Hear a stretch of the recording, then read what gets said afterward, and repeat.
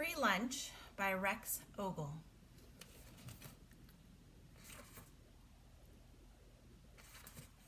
Coupons. My stomach growls. This morning I'd skipped breakfast, though not because I want to. Mom steers our old two-door Toyota hatchback into the parking space in front of Kroger. I mumble, I hate grocery shopping. Well, how else are we going to eat, Mom says. Eat what? You never get anything I like. When you get a job and start paying for the groceries yourself, you can buy whatever you want.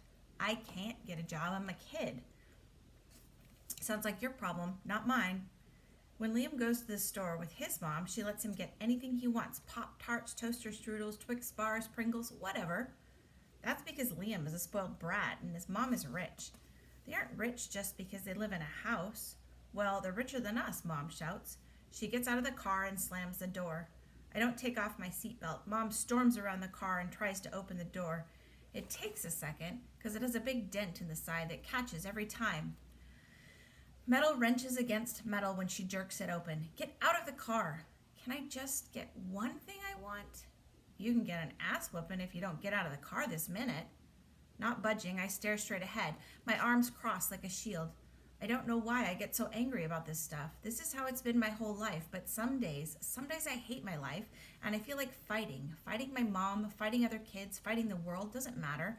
Just something to take the sting out of me being so broke.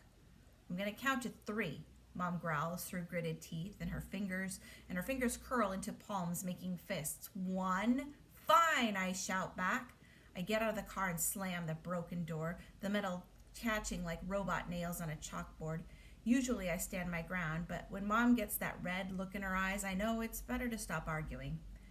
I pull the shopping cart from the pen. One of the wheels is wonky and spins left instead of right instead of rolling straight. I consider putting it back, getting a new one, but then I feel bad for it. It's not the cart's fault it's messed up. We make our way down one aisle and then another. My mouth is watering. There's aisles full of food, peanut butter, pasta, stuff to make tacos or burgers, all kinds of cereal, practically 1,000 kinds of chips and dips and salsa, then cookies, Chex Mix, beef jerky, fried mozzarella sticks, waffles, Granny Smith, apple pies, donuts, dozens of different flavors of ice cream, and I can't get any of it. I know better than to ask for anything. Mom's answer is always no or no way or are you crazy? Put it back, it's too expensive. It's crazy to say a bag of potato chips is too expensive. A whole bag costs like $4. That seems like a lot of money, but it can be 10 little meals. That's only like 40 cents each. Now my stomach is really growling and grumbling. I try to ignore it as I push the empty cart behind Mom. This morning we only had enough Cheerios and milk for like half a person. I got up first and I could have eaten. I didn't though. I saved them for Ford. He's my baby brother and he's only 2, so he needs it more. Mom shoves an open envelope into my hand. Inside, an overdue bill. I ask, what's this for? On the back, stupid, she says. On the back is a grocery list. Mom's tall, loopy, cursive handwriting is hard to read, but it says all the stuff we need. Milk, cereal, bread. That kind of junk. My mom usually sticks to the list, but some days she changes her mind based on the yellow signs for today's specials or clearance items. Look, this ground beef is on sale for $1, she says. The meat is all weird brown, though. I scrunch my face. Raw beef's supposed to be pink. Mom rolls her eyes, throwing it in the cart. It's still good. Just cook it well done. Turning from one aisle to the next, I see the lady with free samples. I leave the cart behind. To run over with a smile, she asks, would you like to try a Maplewood sausage? I grab a toothpick, stabbed mini bite, dip it in the mustard, and shove the whole thing in my mouth. I savor the juicy explosion of flavor, but it's gone too soon. Before the lady can object, I take 2 more. I make sure to smile and say, thank you. Mom, free samples, I point. It's so good. Can we buy some? Mom ignores me, too busy digging through her folder of coupons. She spends all day Sunday, every Sunday, cutting coupons out of the newspaper, and then she makes sure we only go grocery shopping on Tuesdays. Tuesdays are double coupon day. Yes, Mom says in victory. This coupon is for $2 off. Double, that means $4 in savings. Since you're saving $4, can we get a box of mac and cheese? No, but it's Ford's favorite. He's a toddler. He doesn't have a favorite anything. When we round the next corner, there's another samples person. This guy has cheese and crackers, but there's no sign that says free. Trying to be polite, I ask, "Are these free?"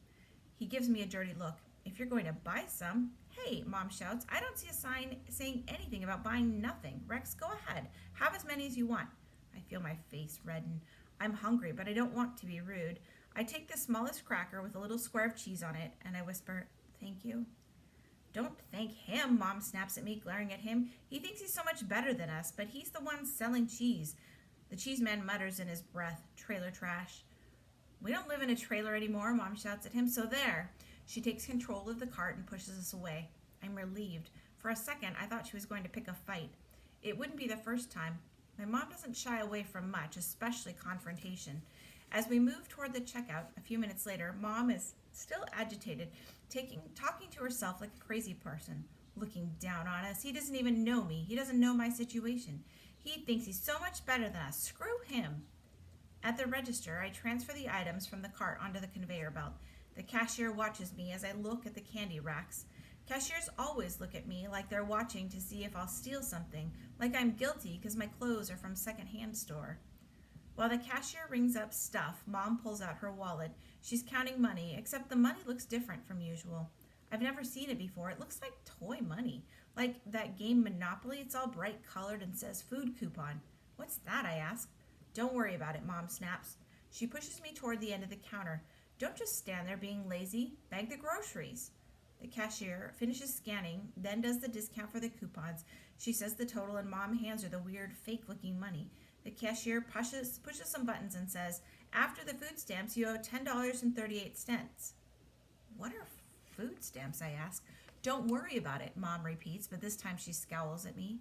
Stamps are for the post office, so I wonder if my mom is going to mail our food home, but that doesn't make any sense. We drove here, so we can drive the groceries home like normal. Mom pours all the cash and change out of her wallet. She wrinkles 8 $1 bills, then counts out 97 cents, mostly in pennies. Her hands tense up, her fingers looking like talons. She says, "I'm a little short." The cashier shrugs, but she's really all annoyed. I can see it in her face. The woman behind us with a full cart throws up her arms and goes, "Who and what is taking so long?" The man in the line next to us clears his throat. It feels like everyone is staring at us, frustrated. Mom's face is strained, a vein popping out of her forehead, and suddenly she seems embarrassed, and I feel embarrassed too. Mom snatches the loaf of bread from the top of the brown bag. She shoves it toward the cashier. "There, take that off. Happy?" Shopping is always like this, but for some reason this time it's worse. Maybe because of the food stamps? Mom looks ashamed. People are staring, and then I look at our shopping list. We didn't even get halfway down. We can't afford all our groceries. Silence hangs between Mom and me. I carry the one bag to the car and put it in the back. When I get into the front seat, Mom starts crying. I'm not sure what to say, so I don't say anything. We sit there for a long time. When I reach out to put my hand on her hand, she slaps it away. "Don't touch me. This is your fault. Do you know how expensive it is to raise an ungrateful brat?" I feel sick to my stomach.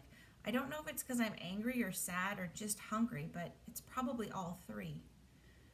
Ministers and priests and Buddhist monks and talk show hosts, all those people who are supposed to be real smart and wise and stuff, always say dumb things like money isn't everything or the best things in life are free.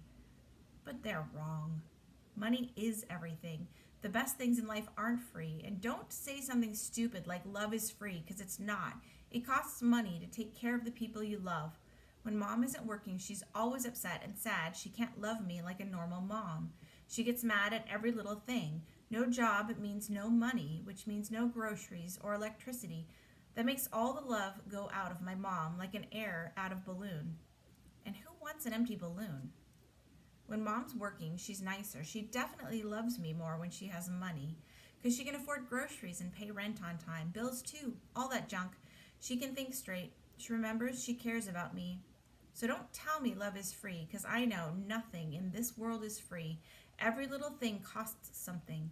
But for some reason, things cost a whole lot more when you're poor.